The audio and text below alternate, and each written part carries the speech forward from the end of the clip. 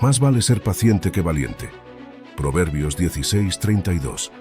Un pescador cualquiera, curtido por el sol y el trabajo duro, se convierte en el rostro de la fe para millones.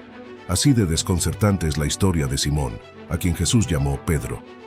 No era un sabio ni un noble, sino un hombre de carácter impulsivo, de manos ásperas y alma inquieta. Sin embargo, fue precisamente este hombre quien se convirtió en uno de los pilares sobre los que se edificaría la Iglesia. Su historia está marcada por altibajos, errores humanos y momentos de fe absoluta. Y eso la hace poderosa, real y profundamente transformadora. Si te está gustando este video, no olvides tu like. Simón era de Betsaida, una aldea cercana al mar de Galilea, donde vivía de la pesca junto a su hermano Andrés. No era un hombre educado en la ley ni versado en las escrituras como los fariseos, pero tenía algo que a menudo falta en los más eruditos: disposición para actuar. En medio del ambiente tenso de la Galilea dominada por Roma, con tributos opresivos y una población dividida entre la esperanza de un Mesías y la desesperanza del sometimiento, este pescador vivía sin grandes pretensiones, hasta que algo extraordinario sucedió. Fue su hermano Andrés quien primero siguió a Jesús y luego lo llevó a Simón. Y en su primer encuentro, Jesús no lo llamó Simón, sino que le dio un nuevo nombre: Pedro, que significa roca. Una roca sobre la cual, le dijo, edificaría su iglesia. Una declaración aparentemente desproporcionada para alguien tan inestable emocionalmente como Pedro, pero que marcaría el inicio de una transformación profunda. Desde ese momento, Pedro fue parte del círculo más cercano de Jesús. Estuvo allí para presenciar milagros que desafían la razón: la multiplicación de los panes, la resurrección de una niña, la transfiguración del Maestro. Su fe lo llevó incluso a lanzarse al agua cuando vio a Jesús caminar sobre el mar. Por un instante, caminó también, pero el miedo lo hundió. Esa escena encapsula su vida: impulsiva, valiente, pero también frágil. Pedro era un hombre que hablaba antes de pensar. En Cesarea de Filipo, cuando Jesús preguntó quién creían que era, Pedro respondió sin dudar: «Tú eres el Cristo, el Hijo del Dios viviente». Esa confesión fue tan poderosa que Jesús le reafirmó su papel como fundamento de la iglesia. Pero apenas unos versículos después, Jesús lo reprende duramente por querer disuadirlo de su camino hacia la cruz. «Apártate de mí, Satanás», le dijo.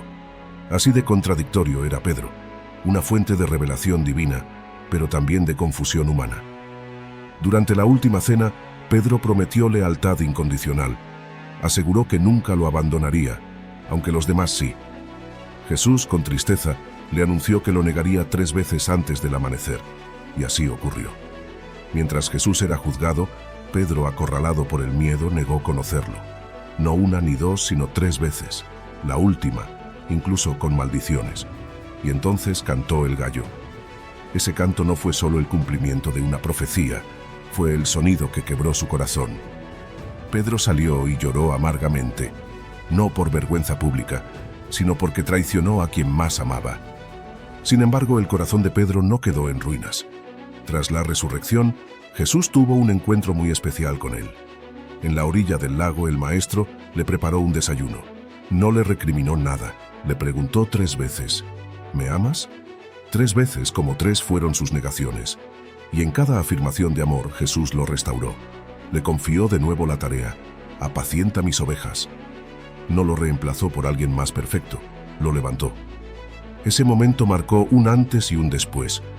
El Pedro que surge de allí es distinto. En Pentecostés, cuando el Espíritu Santo desciende, es Pedro quien se pone de pie para hablar. Su discurso, firme y lleno de convicción, lleva a miles a creer. Ya no titubea, ya no duda. La roca empieza a mostrar su solidez. Pedro se convierte en un líder indiscutible de la iglesia primitiva. Predica, sana enfermos, enfrenta a las autoridades religiosas sin temor. Es arrestado, azotado, perseguido, pero no se detiene. Su vida da testimonio de alguien que ha sido transformado desde lo más profundo. El que antes negó, ahora proclama con valentía. Hay un episodio en el que Pedro sana a un hombre cojo en la puerta del templo. No lo hace con oro ni plata, sino con el nombre de Jesús. Esa escena no solo muestra poder espiritual, muestra su entendimiento de lo que realmente vale. No ofrece caridad, ofrece vida. Así de radical se volvió su visión del mundo. Pero incluso este Pedro restaurado tiene sus sombras. En la carta a los Gálatas, Pablo narra cómo tuvo que confrontarlo por actuar con hipocresía al apartarse de los gentiles cuando llegaron algunos judíos. Pedro, una vez más, muestra su humanidad. Aún después de haber sido restaurado, aún lleno del Espíritu, cometía errores. Y eso lo hace aún más admirable. No era perfecto, pero era perseverante. Escribió 2 cartas que se conservan en el Nuevo Testamento. En ellas se ve un hombre que ha madurado, que entiende el sufrimiento como parte del proceso de santificación, que exhorta a los creyentes a ser sobrios, a resistir al diablo, a vivir con esperanza. Su voz ya no es la del impulsivo pescador, sino la de un pastor que cuida a su rebaño con ternura y firmeza. Según la tradición, Pedro murió en Roma durante la persecución de Nerón. Fue crucificado, pero pidió ser colgado cabeza abajo porque no se consideraba digno de morir como su Señor. Ese acto final resume toda su vida. Un hombre que al principio buscaba reconocimiento, pero que terminó entendiendo la verdadera grandeza en la humildad. Pedro es la prueba viviente de que Dios no busca lo perfecto, sino lo dispuesto. Su vida es una carta abierta sobre cómo el amor divino puede redimir lo más roto. Sus errores no lo descalificaron, lo formaron. Cada caída, cada negación, cada torpeza fue moldeada hasta convertirse en fortaleza. Y lo más poderoso de su historia no es que caminó sobre el agua durante unos segundos o que su sombra, según relata el libro de los Hechos, sanaba a los enfermos. Esos son hechos extraordinarios, sí, pero no lo esencial. Lo que verdaderamente conmueve, lo que transforma y toca lo más profundo del ser humano, es que Pedro fue capaz de mirar sus propios errores sin desviar la mirada. No huyó para siempre de su traición, no justificó su cobardía, no escondió sus caídas. Las reconoció, las lloró, se quebró por dentro, y aún así no se quedó tirado. Se levantó, reconstruido por la misericordia de Jesús, fortalecido por el perdón, y siguió adelante con más fuerza que antes. Esa es la esencia de la fe. No una fe impecable, blindada ante el error, sino una fe viva, que se tambalea y vuelve a afirmarse. Una fe que no niega la debilidad, sino que se apoya en ella para buscar algo más grande. La verdadera fe no es la que presume de tener todas las respuestas, sino la que, en medio del dolor, decide confiar de nuevo. Y eso fue Pedro. Un testimonio viviente de que el fracaso no es el final, sino a veces el comienzo más auténtico de una nueva etapa. Hoy, siglos después, su legado no se mide únicamente en estatuas levantadas en plazas ni en templos dedicados en su honor.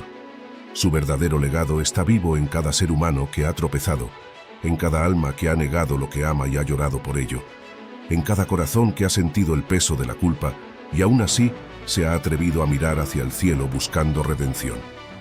Está presente en esa madre que pensó rendirse, en ese joven que dudó de su fe, en ese anciano que vuelve a orar después de años de silencio. Porque Pedro representa esa lucha interna que todos enfrentamos, el deseo de creer y la fragilidad que nos hace caer. La roca sobre la que se edificó la iglesia no era dura desde el inicio. No nació como una estructura sólida e inquebrantable. Fue moldeada, pulida y tallada por los golpes de la vida, por la gracia del perdón y por el fuego abrasador del amor divino.